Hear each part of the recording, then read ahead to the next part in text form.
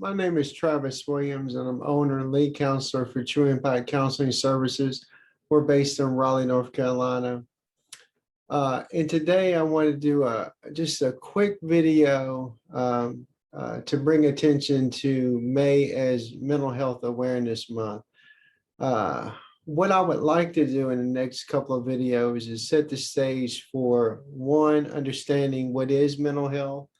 Also want to shed a little bit of insight to some basic terms, review some common types of professionals that work in the mental health space. And then finally, shedding a little bit of insight on how can I help those around me. One of the reasons I wanted to kind of slow down and do something that is not typical for me, if you've watched some of the videos lately, I tend to have a very kind of like a teaching style where I'm trying to share information, and that's just who I am. But today I really wanted to slow down and try to take a different perspective that's one about just awareness. And the reason that awareness is so important, and why we all as mental health professionals should put an emphasis on May as Mental Health Awareness Month, is that awareness helps to break down stigma. Not just African Americans, but all communities struggle with stigma when it comes to mental health.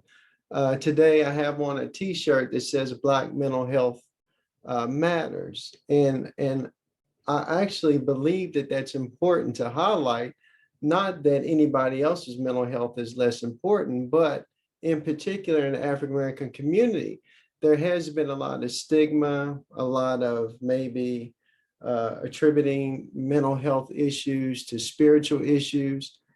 And when I wear this T-shirt, I do want to bring attention that African Americans have a unique position where we've dealt with a lot of social trauma. We dealt with, again, like many populations, with a lot of addiction. And there is a social aspect of mental health that we'll talk about later.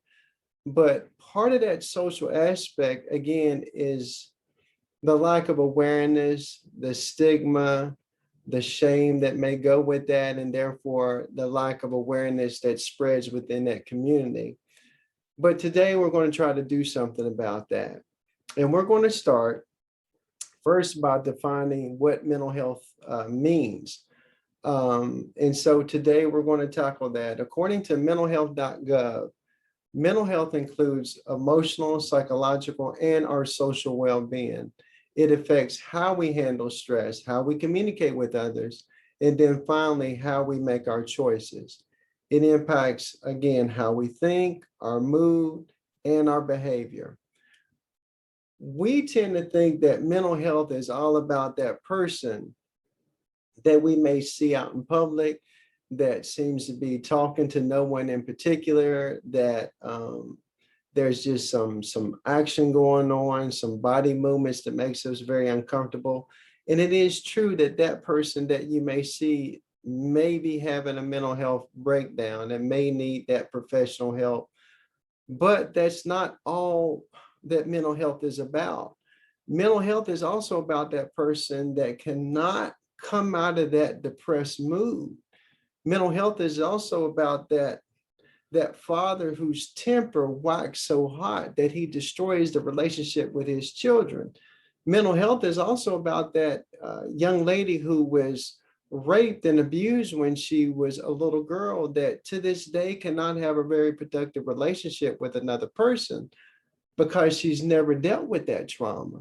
And that may not be as obvious as that person that you see talking to themselves in the middle of the street, but that does not mean that we don't need to address that. And I would like to bring an emphasis on all aspects of mental health. And to do that, I do think it's important, again, to try to break down that stigma, to try to be more aware about what mental health includes, and also learn about resources and how to help. So getting back to what mental health is all about, several factors can contribute to mental health.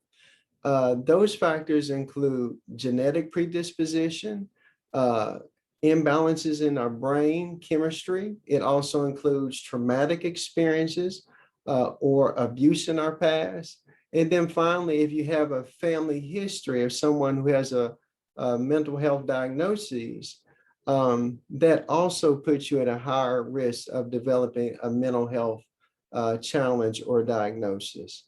What we're going to try to cover next time is a review of some basic terms, overview of different health professionals that work in the mental health space, so you are more comfortable with who they are, what they do. And then finally, we're going to wrap up this series with how we can help. What does it mean to help? What does it mean in regards to not always being comfortable, but wanting to, but not knowing how to bring it up? Sometimes just having more information can handle all those concerns that you have, and just being better prepared makes you more comfortable to approach that friend, that loved one, and hopefully with all of us doing our part, we can both bring awareness to mental health as well as learn how to help one another when we notice that something's going on. Until next time, God bless you, God keep you. I pray that his undeserved favor cover you to the next time I see you. Take care.